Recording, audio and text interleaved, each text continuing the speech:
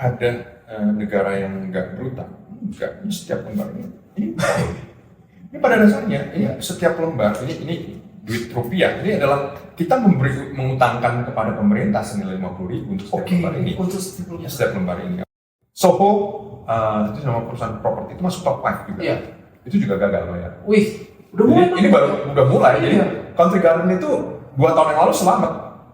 Waktu Evergrande pertama kali default nggak bisa bayar, mereka masih bisa bayar. Sekarang Evergrande-nya bangkrut, Country Garden udah mulai nggak bisa bayar. Kalau misalnya Country Garden sampai default, kemudian habis itu restrukturisasi, kemudian dia harus melepas aset, asetnya kebanyakan properti. Betul. Lantas kalau dilepas, harga properti kira-kira kemana? Ya ambles lah ya. Kalau ini Selat Malaka ditutup, ya habis. Wow, itu efek ekonominya akan sangat serius karena saat ini cadangan minyak strategisnya Cina cuma 40 hari. Kalau misalnya daerah sekitar Asia Timur sampai Laut Cina Selatan ini saat ini berpotensi konflik, itu adalah kenyataan. Karena memang tadi mesin ekonomi dunia itu ada di situ sebenarnya.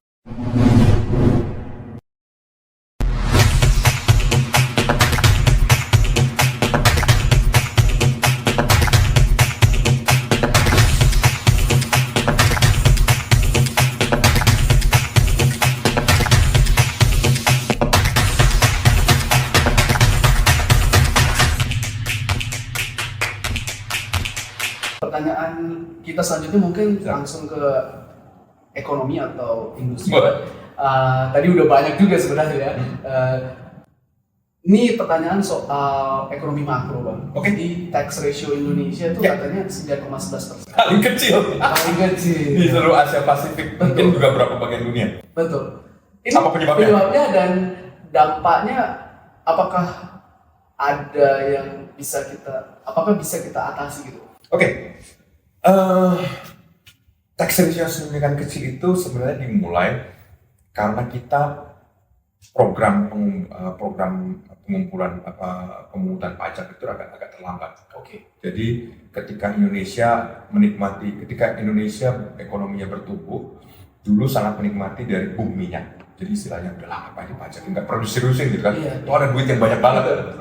Itu ada korupsi juga dan salah atur juga. Kita mengalami boom minyak tahun 70-an, 80-an, sampai kemudian 90-an, dan kemudian tiba-tiba ada shock, ternyata nggak bisa terus-menerus seperti ini. Mulai ada pengumpulan pajak, tapi nggak terstruktur. Itu sebabnya kenapa yang namanya pajak di Indonesia itu sebenarnya sebelum tahun 90-an orang nggak kenal. Gitu ya, Bang? Pajak nggak diseriusin, karena orang ada pendapatan kan ya. Nah, jadi itu yang terjadi. Nah, di sisi lain ya, bagi pajak dari kantor Dirjen Pajak, Direktorat Jenderal Pajak sendiri juga kita tahu ya, mereka cukup manusiawi ya. Mereka lebih suka kejar pajak di level korporasi, pajak badan. Kenapa?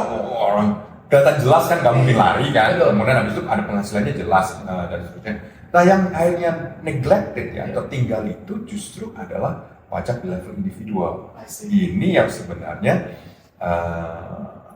masalah besar yang perlu di-tackle, tapi saya juga bisa melihat kesulitannya karena kembali lagi yang namanya pajak individual itu kan kembali lagi tentu nggak gampang untuk mengejarnya, untuk memungutnya, dan kemudian kita juga kan punya rezim pajak itu adalah volunteer, kita melaporkan, Ya ada dasarnya kenapa juga buat seperti itu.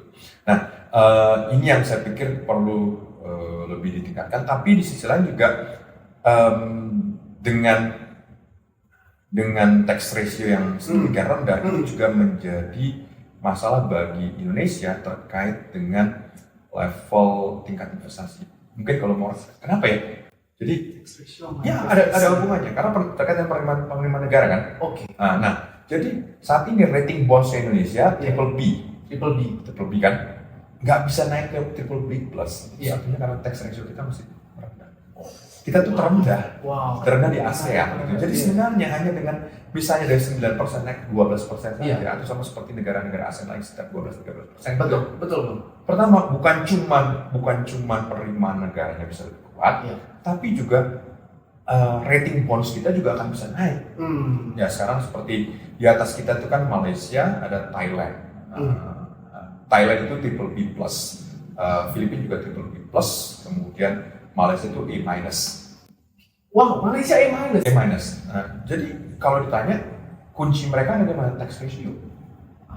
Itu yang sebenarnya perlu dikerjakan, tapi kembali lagi ini nggak bisa cuma maunya pemerintah, harus ada dari masyarakat juga. Ini yang perlu dikerjakan. Tapi saya bisa tekankan bahwa kalau misalnya tax ratio Indonesia bisa naik, itu manfaatnya sangat besar. Tapi tentu berarti pengawasan penggunanya juga harus lebih baik kan. Nah, itu selalu akan sekalian ini mau gimana dulu nih. Nah, karena memang kalau kita perhatikan saat ini ya, wiggling room, ruang buat pemerintah itu di secara fiskal itu kecil banget. Cuma sekitar 10-12%. Karena sisanya itu udah earmark, udah kepake ya untuk dana perimbangan daerah. Kemudian ya kita tahu lah dana pendidikan itu udah jelas kan. Kemudian dana perimbangan daerah, kemudian bayar pertahanan, bayar birokrasi kita namanya belanja rutin. Jadi wiggling room cuma sekitar 10-12%, ini terbatas sekali gitu ya. Nah, itu yang saya pikir kita nggak bisa banyak minta juga ke pemerintah kalau wiggling room cuma sebesar itu gitu. Tapi ya inilah yang perlu duduk bersama-sama lah gimana untuk bisa mengurus ini, membuat ini menjadi optimal. Tapi saya yakin kalau ini bisa ditingkatkan, benefitnya yang dirasakan juga akan lebih luas kepada masyarakat. Karena kalau misalnya Indonesia bisa naik 1 notch aja, 2 atau 2 notch, mungkin perbankan kita bisa lebih kuat secara permodalan. Kemudian di sisi lain juga tingkat bunga bisa lebih rendah. Dan ini tentu bisa mengangkat perekonomian atau menggerakkan ekonomi lebih bagus dibandingkan sekarang. Oke, menarik Bang. Aku noted tadi soal bagaimana ada wiggle room yang sangat sedikit untuk kita, dan juga tadi soal mungkin ada kecenderungan untuk melihat pajak korporasi yang lebih dikejar gitu ya, walaupun yang lain juga dikejar. Ketika kita ngomong pajak individu Bang, kan Indonesia ini banyak sekali informal ekonomi gitu. UMKM tuh kalau nggak salah 99%. Kalau misalkan semua ini dipajakin, secara hypothetically ini akan meningkatkan tax ratio atau malah biaya pengawasannya lebih sulit. Iya, itu makanya kenapa saya kira perlu ada terobosan ya. Sifatnya resiprokal. Jadi kalau sekarang ini misalnya UMKM itu banyak dikenakan di purpose ya. Bahwa pajaknya itu dari revenue, itu sebenarnya masuk yang meringankan karena kita kan juga lebih kecil daripada 20% kan. Sebenarnya dari revenue cuma berapa persen, 1%, 2%, tapi yang penting ada. Gitu. Tapi memang yang lebih penting dari ini semua adalah basis datanya. Ini yang penting, yang tentu saya cukup yakin teman-teman yang di Direktorat Jenderal Pajak juga sangat concern mengenai. Karena Anda nggak mungkin bisa dapat gambaran berapa proyeksi pajak kalau Anda nggak punya data yang benar juga. Ini yang perlu kerja bersama nih semuanya. Jadi saya tetap yakin di satu sisi bahwa UMKM itu perlu dikenakan pajak, tapi tentu ya tadi ada keluasan lah mengenai angka, mengenai besaran, mengenai sistem pembayarannya. Jadi dengan cara seperti itu tetap balance ya. Karena dengan cara seperti itu juga UMKM akan lebih mau untuk menjadi sektor yang formal. Ketika mereka menjadi sektor yang formal, mereka bisa ke bank ya. Saya baru membayar pajak loh, data saya lengkap. Mau perizinan sekarang dengan undang-undang Cipta Kerja kan perizinan sebenarnya udah bukan masalah lagi kan, sehingga mereka bisa dapat dari pinjaman dari perbankan karena semuanya terpenuhi. Jadi mungkin kalau misalnya pembayaran pajak ini dibundel ya, misalnya dengan lebih mudah yang mengajukan itu untuk memperoleh pinjaman, ini akan sesuatu yang sifatnya positif. Dipermudah ya birokrasinya untuk bisa dapat mengumpulkan pajak lebih efisien. Baik Bang, tadi kita ngomongin pajak, sekarang kita mau ngomongin soal defisit APBN. Ya, defisit APBN tahun 2023 ini tentu lebih kecil dari saat ini. Sudah seharusnya Bang ya. Dan juga masih di bawah peraturannya itu 3% gitu Bang. Nah, yang mungkin ingin ditanyakan, sebenarnya dengan adanya defisit kan tentu ini sama dengan berhutang ya Pak. Pasti defisit ditutup dengan hutang atau hibah atau lainnya gitu. Banyak orang yang kritik, utang pemerintah itu banyak, pemerintah itu harusnya jangan berhutang. Itu mungkin nggak Bang? Boleh nggak dijelaskan sebenarnya konsep hutang yang baik itu seperti apa? Ya begini, apakah ada negara yang nggak berhutang? Enggak, ini setiap lembar ini pada dasarnya ini setiap lembar ini duit rupiah. Ini adalah kita mengutangkan kepada pemerintah senilai 50.000 untuk setiap lembar ini. Untuk setiap lembar ini. Oke, kalau misalnya ini kebetulan ada. Nah ini satu. Ini juga sebenarnya utang. Jadi sekarang pertanyaan saya ya, ada nggak negara yang nggak mencetak mata uangnya sendiri? Semua nyetak mata uang kan? Nggak ada sih yang semikian rusaknya sampai nggak dipercaya untuk nyetak, akhirnya pinjam pakai mata uang yang lain. Tapi semua negara yang mencetak mata uangnya sendiri, betul, pada dasarnya berutang. Nah, tinggal kembali lagi, jadi nggak ada cerita ya negara nggak berutang. Ya gimana dia nyetak mata uangnya aja pasti berutang. Sekarang kan balik lagi kan, ini 50. Sekarang pertanyaan begini deh, saya sederhana. Ini biaya cetaknya emang sampai 50.000? Enggak. Ini biaya cetaknya berapa sih? Paling cuma nggak tahu lah berapa ya, tapi nggak mungkin sampai 50.000. Berarti sebenarnya kan ketika ini diberi harga 50.000, yang dapat benefit dari itu ya pemerintah yang nyetaknya. Betul. Nah, jadi nggak ada negara yang nggak berutang yang selama dia mencetak mata uangnya sendiri. Nah, kembali lagi yang menjadi penting adalah di sini utang itu digunakan untuk apa? Utang itu pada sebuah negara yang demokratis ya, kemudian juga ekonominya terstruktur dengan baik, digunakan untuk membeli waktu. Membeli waktu karena gini,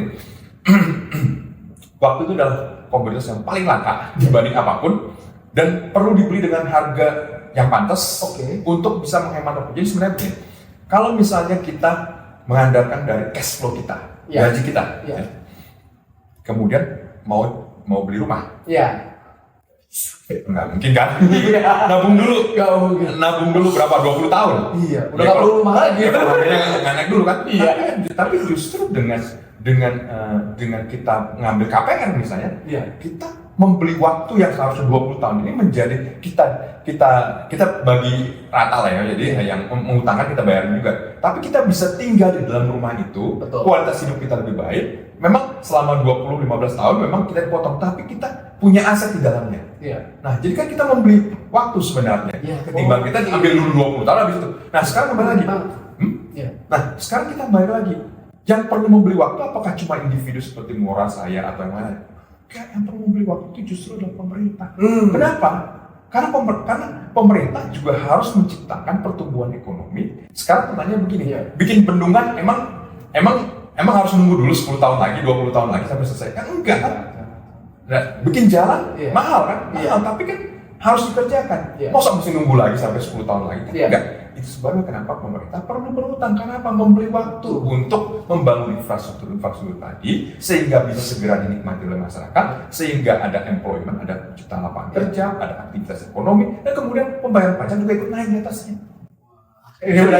Jadi kembali lagi, itu yang perlu dipertimbangkan. Jadi kalau misalnya ada orang berkata bahwa pemerintah jangan berutang, lantas kita nunggu sampai kapan ini sampai semua infrastruktur bisa jadi? Oh ya udah, yang kaya aja dipajakin setinggi-tinggi ya pindah mereka. Oh iya, bisa pindah kok. Nah, iya bisa. Dan saya gini, kalau saya dipajakin sekarang ini kan saya dipajakin 20 sampai 30% kira-kira ya. Saya masih mau bekerja lebih ya. Tapi kalau sampai dipajakin sampai 50, 60, 70, ngapain saya capek-capek gitu? Bener. Ngapain saya harus capek-capek kerja, orang naik bagiannya lebih besar diambil sama pemerintah gitu kan? Justru malah penerimaan ada yang disebut level curve kan. Jadi penerimaan pemerintah itu naik sampai tingkat tertentu, ketika tingkat pajak ini naikin justru malah turun gitu. Nah, itu yang saya pikir sudah teruji di berbagai tempat di sebelumnya. Itu sangat sebabnya kenapa pajak itu penting, dan pajak itu juga punya hubungan dengan kemampuan pemerintah untuk meminjam uang. Ini karena kalau dia meminjam kemudian ekonomi bergerak, berarti kan penerimaan pajak naik kan? Betul. Nah, ini begini kan, kalau pemerintah nggak minjem, penerimaan pajak bisa naik apa? Ya enggak lah. Menarik banget, teman-teman. Jadi bagi yang bilang suatu negara sebaiknya tidak berutang, ini bisa dengar ya bahwa utang itu membeli waktu ya. Dan aku juga pernah dengar nih Bang, ketika suatu pemerintah itu punya misalkan 100 orang konstituen atau rakyat, misalkan mau bangun bendungan nih Bang, dia dengan uangnya saja itu hanya bisa bangun untuk 10 konstituen. Tapi kalau dia berutang, dia bisa bangun untuk 100 konstituen. Dan itu lebih fair sebagai negara kan Bang. Jadi itu yang perlu kita lihat. Jadi ya kembali lagi kan, bangun jalan raya gitu kan, Saya sih paling seneng kalau bisa jalan lewat depan rumah saya. Kenapa? Tanah saya naik kan? Yes. Misalnya harga tanah saya naik. Tapi kan nggak mungkin orang Jakarta cuma membangun jalan sekitar Jakarta doang. Iya. Terus kan perlu ada yang membangun melewati dari Jakarta ke Bandung, dari Bandung kemana. Belum lagi nanti harus ada jembatan misalnya. Siapa yang membangun? Orang cuma bangun jalan, tapi bangun jembatan kan mikir-mikir, saya dapatnya apa dari sini? Justru disitulah pemerintah masuk, bangun jembatan. Kenapa? Dengan cara seperti itu aktivitas ekonomi bisa meningkat, kemakmuran meningkat, dan kedepannya pendapatan juga meningkat. Berarti suatu saat pemerintah rakyat pun nggak merasa keberatan untuk bayar pajak. Kenapa? Orang dapat nikmati langsung kok gitu. Wah, ya cycle-nya bagus sekali jadinya Bang. Gitu. Nah, ini mau ngobrol soal dampak pandemi Bang. Jadi ada nggak ya dampak pandemi yang akan lanjut post pandemi 3 atau 5 tahun lagi? Boleh nggak cerita Bang? Digitalisasi. Semua orang ngomong mengenai digitalisasi. Oke. Sebelum pandemi. Saya mau digitalisasi, semua ngomong kayak gitu kan, supaya lebih efisien dan lainnya. Tapi kembali lagi kan, udahlah, kompetitor kita juga nggak digitalisasi, nggak usah lagi. Jadi, ini harganya mahal, ini ribet dan lainnya. Iya. Pandemi memaksa semua orang untuk melakukan digitalisasi, semua perusahaan melakukan digitalisasi, dan manfaatnya adalah ini sesuatu yang sifatnya permanen ke depannya. Jadi, kalau sekarang ini kita nggak canggung ya menggunakan teleconference misalnya, itu kan berarti ada efisiensi ketimbang tatap muka, ketimbang menghabiskan di jalan dengan kemacetan dan lainnya. Dengan itu juga kita bisa misalnya dengan reach out ke negara lain, dengan pasar yang lain terbuka dan lain. Dengan digitalisasi juga sektor keuangan meningkat dengan lebih cepat. Bank digital mulai bermunculan. Salah satu yang menjadi menarik ini Raya, pada waktu kota Wuhan mengalami lockdown, nah, selama 76 hari, kalau saya 76 hari. Pertanyaannya, apakah sektor keuangannya Wuhan itu menjadi mati? Enggak. Pembayaran tetap jalan semua, karena apa? Digital. Wow. Digital payment. Jadi sebenarnya justru dengan terjadinya pandemi tersebut, semakin mendorong banyak negara untuk mulai secara serius memikirkan digital payment, digital finance dan lainnya, karena ada aspek efisiensi dan bagian dari jaring pengaman sosial kalau terjadi disrupsi yang skala besar terkait dengan bencana misalnya. Digitalisasi akan stay Bang. Betul, akan stay, terutama sektor keuangan itu akan stay, dan doing business juga lebih friendly sekarang ini dengan digital, dan saya kira sesuatu yang permanen, dampak permanen dari pandemi. Menarik banget nih Bang. Kita udah bahas banyak hal-hal yang menarik nih Bang di sektor keuangan tadi dan juga di sektor ekonomi makro. Sekarang kita mungkin masuk ke sektor yang sekarang ini jadi risiko yang cukup gede, geopolitik. Ya. Nah, kita mungkin bisa bahas sedikit tentang Cina. Ya. Ini bisa sejam lagi. Nah, yang pertama ini Cina, baca sedikit artikel gitu Mbak, ada yang bilang sekarang sedang perlambatan ekonomi begitu. Apa benar memang ini Cina atau pemerintah Cina sendiri memang lagi fokus ke pengendalian ekonomi daripada pertumbuhan ekonomi, atau memang mereka lambat aja pertumbuhannya?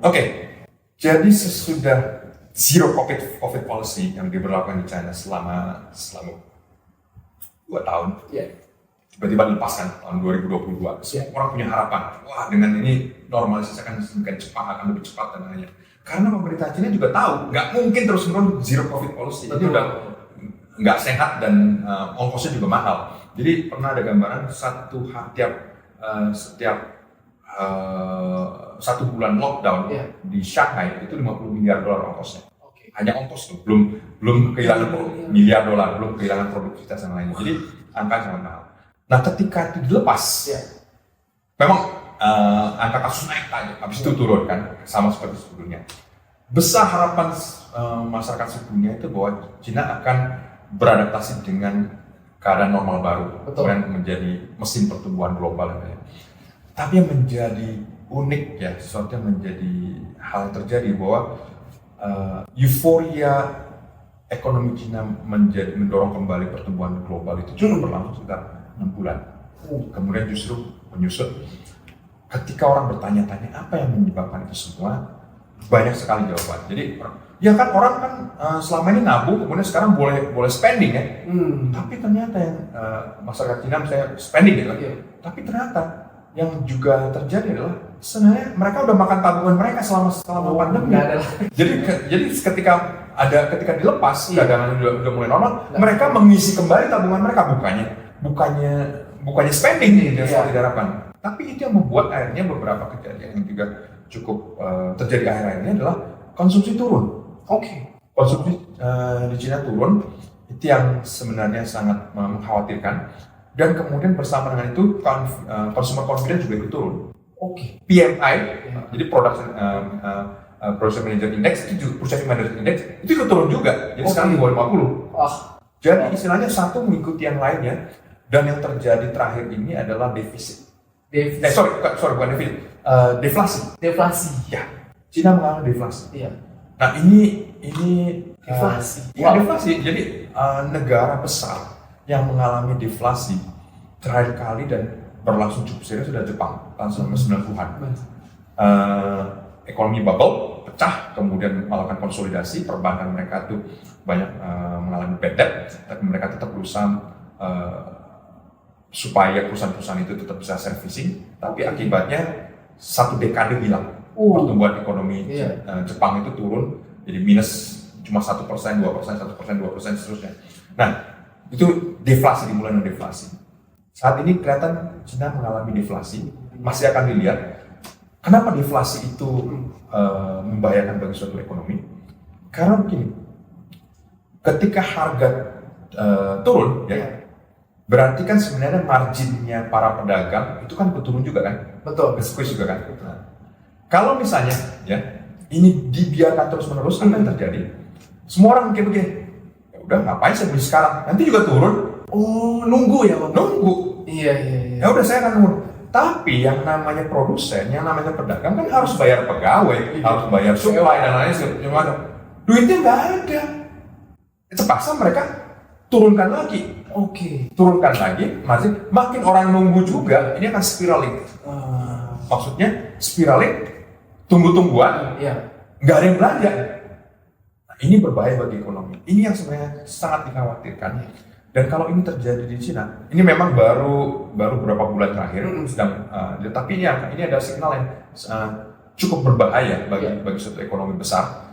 Nah, kalau ini dibiarkan, ini akan dikhawatirkan ini akan bisa mengulang apa yang terjadi dengan Jepang. 10 tahun nggak ada pertumbuhan ekonomi sama sekali. Dan satu hal yang juga lebih menjadi kecemasan adalah karena ini terjadi pada saat ekonomi itu dekade hilang, benar-benar terjadi pada saat justru demografi Cina itu sedang menyusut. Jadi Mora bayangkan ya, Mora bayangkan lulusan universitas di Cina itu setiap tahun sekitar 12 juta orang. 12 juta. Nah, cari pekerjaan. Sementara kelahiran baru cuma 10 juta. Dan akan turun lagi. Jadi gini, yang terjadi adalah itu nanti universitas yang selamanya mencetak 12 juta itu lah penduduknya aja yang baru itu cuma 10 juta. Berarti kan over capacity semua. Iya betul. Dan ini kan terus terjadi. Jadi itu makanya kenapa yang sekarang terjadi. Satu hal juga yang menjadi cukup mencemaskan adalah pengangguran di kawan anak muda 21%, seperlima nganggur. Dan kita tahu dari misalkan textbook ekonomi, semakin lama seorang itu nganggur, semakin sulit untuk di-employ. Kenapa? Skill mereka untuk bekerja jadi berkurang. Sementara ada pasokan baru lagi. Jadi saya bayangkan ya, sekarang ini aja 21%, seperlima anak mudanya nganggur. Nanti ada lulusan baru lagi masuk ke lapangan kerja, bersaing lagi. Yang pengangguran yang pertama makin gak dapat pekerjaan lagi. Gitu. Ini yang sangat mengkhawatirkan dan inilah perkembangan terbaru dari Cina yang saya pikir menjadi perhatian seluruh dunia. Tadi soal deflasi nih Bang. Kemarin dengerin Goldman Sachs podcast, dia ada ngobrol soal exporting deflation gitu. Jadi apakah ini maksudnya barang-barang Cina bakal lebih murah dan ekspornya lebih banyak gitu? Secara umum gini ya, Cina itu mengekspor ke seluruh dunia, tapi konsumen mereka yang terbesar itu adalah Amerika. Karena Amerika punya jumlah penduduk, punya daya beli. wah itu udah ideal lah dapat dua-duanya ya. Nah dengan perang dagang yang seperti sekarang, besar kemungkinan Amerika akan pasang barrier. Ya saya nggak mau beli sebanyak dulu lah, atau saya akan lebih selektif. Sementara China dengan ekspor oriented, mereka akan terus memproduksi ini. Kira-kira lempar kemana? Afrika nggak bisa Ke Indonesia, negara-negara lain yang mungkin angkanya karena misalnya ya namanya juga yang penting dapat cash ya. Lempar kemana-mana, yang terjadi adalah akan terjadi kompetisi dengan produk lokal yang harganya juga harus dipaksa jadi turun juga. Jadi exporting deflation itu bisa terjadi ketika akan makin parah ketika Cina mengalami deflasi dan itu dikirim ke seluruh dunia. Ini yang saya khawatir akan membuat masing-masing negara akan melakukan antisipasi. Mereka akan jaga perbatasan, mereka akan lebih keras terkait dengan ekspor, dengan impor, perdagangan.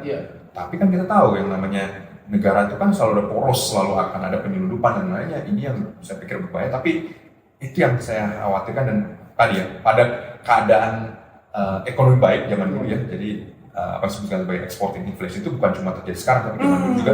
Jadi pernah ada terjadi begini. Cina itu punya pabrik sepeda terbesar di dunia, yaitu Phoenix. Mungkin kalau kita masih ingat guru-guru kita zaman dulu tuh naik sepeda ontel yang warna hitam, mereknya Phoenix Shanghai. Itu adalah pabrik terbesar di seluruh dunia. Jadi dulu ceritanya adalah Cina memproduksi banyak sepeda, sementara di dalam Cina orang udah nggak mau naik sepeda, mereka naik motor, naik mobil. Nah, Phoenix Shanghai tetap harus memproduksi karena dia BUMN ya. Jadi harus memproduksi sedemikian banyak sepeda. Akhirnya ya udah, kalau di dalam negeri nggak laku, mereka lempar keluar. Dan ada satu artikel di majalah The Economist menyebutkan di negara paling pelosok di Afrika yang transportasinya jelek dan lainnya, buruk dan lainnya, harga sepeda turun 10%. Wow, gitu ya Bang ya, dampaknya pemain besar seperti Cina di global. Karena dia bilang deflasi. Jadi makin murah, ya benar makin murah. Kalau melakukan exporting adalah Cina. Tapi itu kan waktu good time ya, maksudnya orang kan daya belinya naik ya, dari naik sepeda mau naik motor, habis itu naik mobil kan. Nah kalau sekarang ini yang kita perlu hati-hati, dan ini yang saya pikir perlu kita cermati bersama. Terima kasih banyak Bang. Mungkin 2 pertanyaan terakhir nih Bang. Pertanyaan selanjutnya ini, ketika ekonomi Cina mengalami perlambatan, ada yang bilang properti sektornya juga sangat tidak sehat. Ini masalah-masalah apa aja sih Bang yang membuat properti sektornya tidak sehat? Oke, jadi begini ya. Panjang ini. Saya lagi pikir mulainya dari mana. Jadi begini, ada hubungannya dengan kebijakan pemerintah Cina untuk membatasi ekspor modal. Jadi namanya capital control. Jadi masyarakat Cina itu berinvestasi di dalam Cina. Nah, kemudian karena pasar modalnya, bursa sahamnya itu nggak cukup transparan, kemudian akuntabilitasnya juga nggak begitu baik.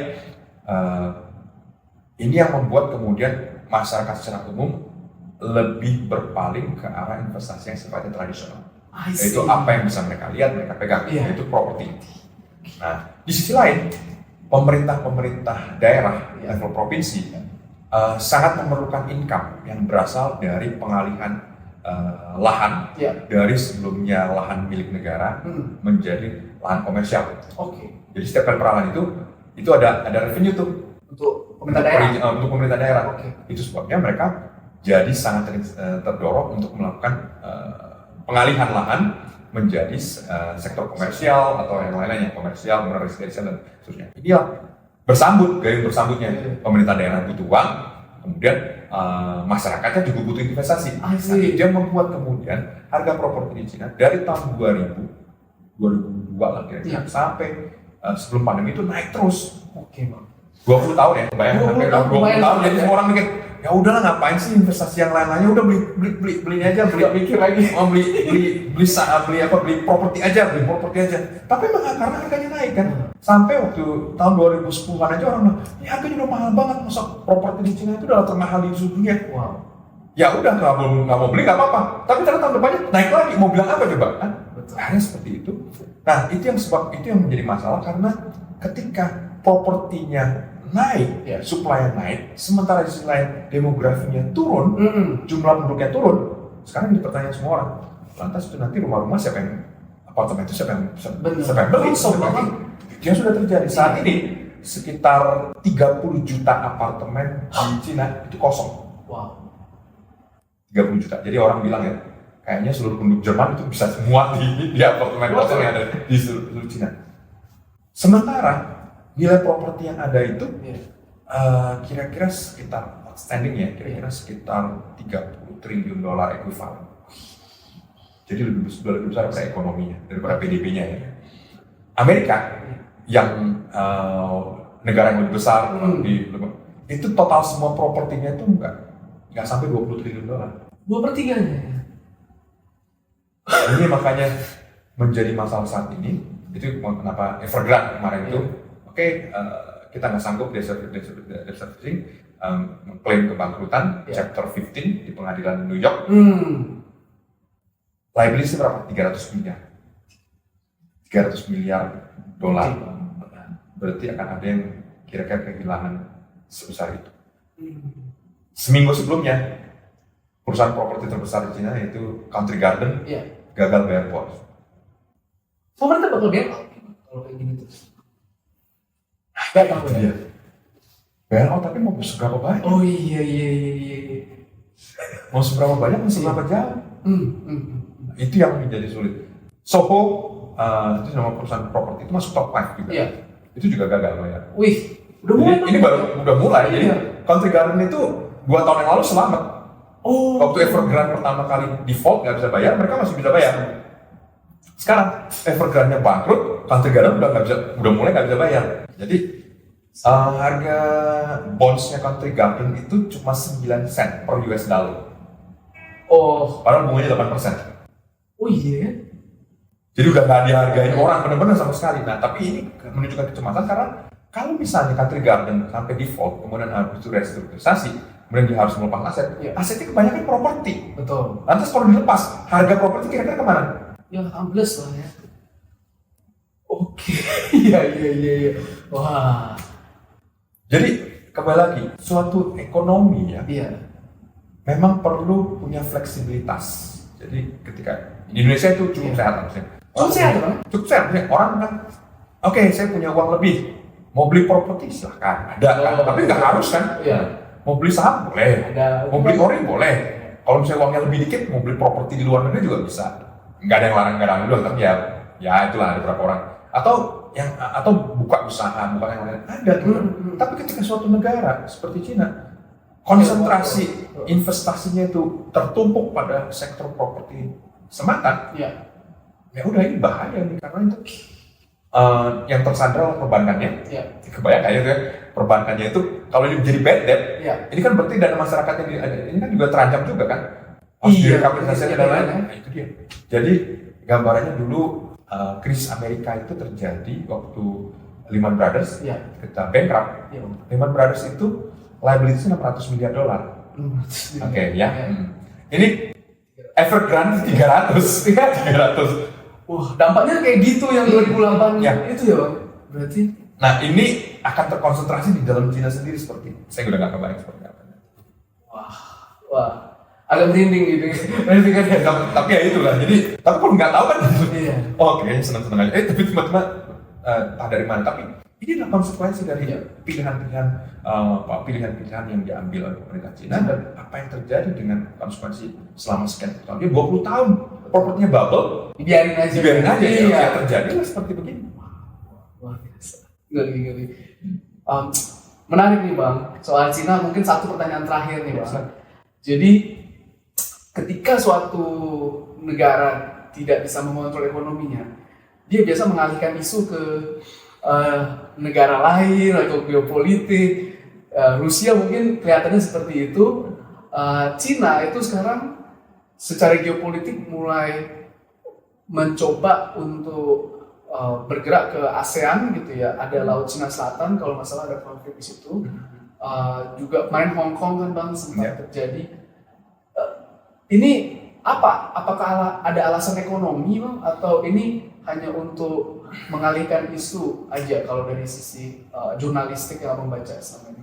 Secara umum sih ini bagian dari strategi umum berbagai negara, berbagai pemerintahan di negara, di berbagai negara. Jadi contoh tadi kan saya bicara mengenai perang Malvinas kan. Betul, Malvinas. Kan pertanyaan kenapa sih waktu itu terjadi? Karena ekonomi Argentina waktu itu lagi ancur-ancuran.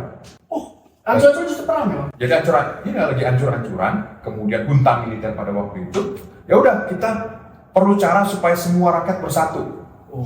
Perhatiannya teralihkan. Ya udah kita invasi aja ini. Pulau Malvinas yang punya juga jauh di sana, mungkin mereka nggak akan nolong nantinya. Tapi ketika itu kemudian disambut oleh nggak bisa ya. Royal Navy dikirim benar-benar dan pulau itu direbut, itu menjadi backfire kan di situ. Tapi itu banyak sekali terjadi. Ya tadi yang seperti Mola sampaikan, memang digunakan untuk menciptakan common enemy. Common enemy. Sehingga semua yang nggak setuju sama pemerintah bungkam. Ya kan? Ada musuh yang lebih besar di luar dan lainnya. Nah ini yang sangat dikhawatirkan oleh berbagai pihak di dunia karena memang Laut Cina Selatan atau orang Indonesia bilangnya Laut Natuna Utara ya. Sebenarnya hanya bagian dari semua aspek geopolitik yang sangat kompleks. Kenapa? Karena dari sejak beberapa dekade yang lalu Cina tuh punya doktrin yang disebut sebagai Malacca Dilemma. Kenapa? Selat Malaka itu adalah selat paling sibuk di dunia. 60.000 sampai 100.000 kapal setiap tahun lewat di situ. Terusan Suez kalah ya? Kalah jauh. Jadi Selat Malaka ya, supply energi lewat situ, supply barang lewat situ juga dan lainnya. Nah, sementara yang lewat situ bukan cuma barang dan energi yang menuju Cina, tapi juga ke Jepang, ke Korea, ke seluruh ASEAN dan lainnya. Jadi Cina dari dulu selalu melihat bahwa ini nih masalah serius bagi mereka. Bagaimana cara nge-bypass Selat Malaka ini? Tapi sampai sekarang nggak bisa ketemu. Nah, tapi jadi ini disebut sebagai choke point. Kalau ini Selat Malaka ditutup, habis. Itu efek ekonominya akan sangat serius karena saat ini cadangan minyak strategisnya Cina cuma 40 hari. Alternatifnya cari jalur lain nggak bisa? Kapal tanker kan nggak gampang untuk Iya. Nanti tetap itu. Jadi itu yang menjadi masalah. Jadi sejak cukup lama dari kalau doktrin Malacca Dilemma ini, Cina melihat bahwa mereka tuh under siege, seperti di bawah pengepungan gitu. Oke, kalau Malacca ditutup bisa masalah. Alternatif kalau Malacca ditutup apa? Selat Sunda, Selat Lombok. Indonesia juga ya. Indonesia itu sangat strategis. Bukan buat Cina, buat semuanya. Buat semuanya. Karena kita menguasai 4 pintu ke Asia Timur, yaitu Malaka, Selat Sunda, Selat Lombok, Selat Makassar. Wow. Itu sekarang dipakai semua itu Bang? Ya kita kan bebas siapa. Tapi kalau ada sesuatu di situ, itu mencekik ekonomi dunia gitu. Nah, jadi itu yang menjadi dilema bagi Cina. Tapi di sisi lain juga Cina juga punya, terutama di masa Xi Jinping periode ketiga, memang mengimpikan revival lagi, kebangkitan lagi, karena mereka selalu mengatakan bahwa Cina dulu ada superpower dunia dan kita akan kembali menjadi superpower dunia. Apakah salah untuk memiliki aspirasi seperti itu? Ya nggak salah, boleh-boleh aja. Tapi dengan cara seperti apa? Apa mungkin terjadi dengan penduduk yang justru malah makin menciut? Kan malah nggak nyambung kan? Jadi banyak sekali tantangan yang terjadi, tapi kembali lagi itu yang saya pikir menjadi kekhawatiran semua pihak. Laut Cina Selatan, kemudian konsentrasi produksi chip yang ada di Taiwan, 80% chip dunia diproduksi di Taiwan. Jadi kalau ada terjadi sesuatu dengan Taiwan, yang kena disrupsi seluruh dunia. Kemudian ada kepulauan Spratly, Paracel, kemudian yang kemarin itu juga Cina istilahnya bentrok dengan Filipina. Nah sekarang ini terjadilah Filipina berencana akan bekerja sama dengan Vietnam, angkatan lautnya. Ya karena mereka, ya udah kita bersatu aja deh.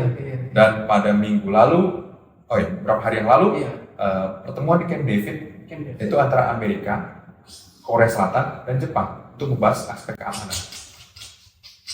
Serius.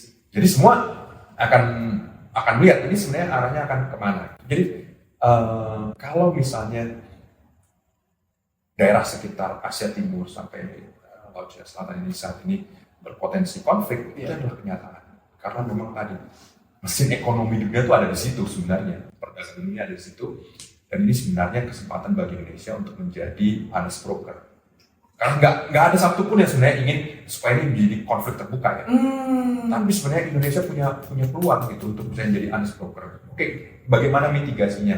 Bagaimana supaya nasionalismenya yang ada di Cina misalnya di tone down gitu, atau bagaimana bagaimana Cina supaya tidak terlihat sebagai ancaman, atau dialog lah istilahnya.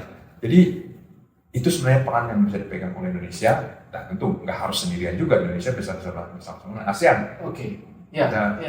ASEAN juga punya kepentingan atas itu, dan itu sebabnya kenapa saya melihat bahwa nggak ada satupun yang ingin terjadi perang terbuka di Cina di kawasan Laut Cina Selatan ini. Tapi ya perlu diambil langkah-langkah untuk memitigasi jangan sampai itu terjadi. Thank you Bang Poltak. Sama. Sobat Leaders, kita tadi sudah dapat banyak advice dan insight dari Bang Poltak. Masih banyak yang ingin kita gali, tapi ini nanti mungkin izin kami undang ke podcast selanjutnya. Dengan senang hati. Terima kasih Bang Poltak. Teman-teman Sobat Leaders, jangan lupa untuk terus belajar, meningkatkan ilmu, meningkatkan wawasan untuk bisa melakukan atau memberikan nilai tambah bagi apa yang Anda kerjakan dan juga ekonomi pada umumnya. Sampai jumpa lagi di Hive Intelligence channel selanjutnya. Tapi sebelum kita tutup nih Bang, ini ada semacam souvenir topi untuk di siap Bang. Terima kasih banyak Bang. Siap Bang. Oke, wah pas nih. Thank you Bang. Sampai jumpa teman-teman, kita ketemu lagi di episode berikutnya. Jangan lupa like, subscribe, dan komen episode ini. Bye-bye. Bye.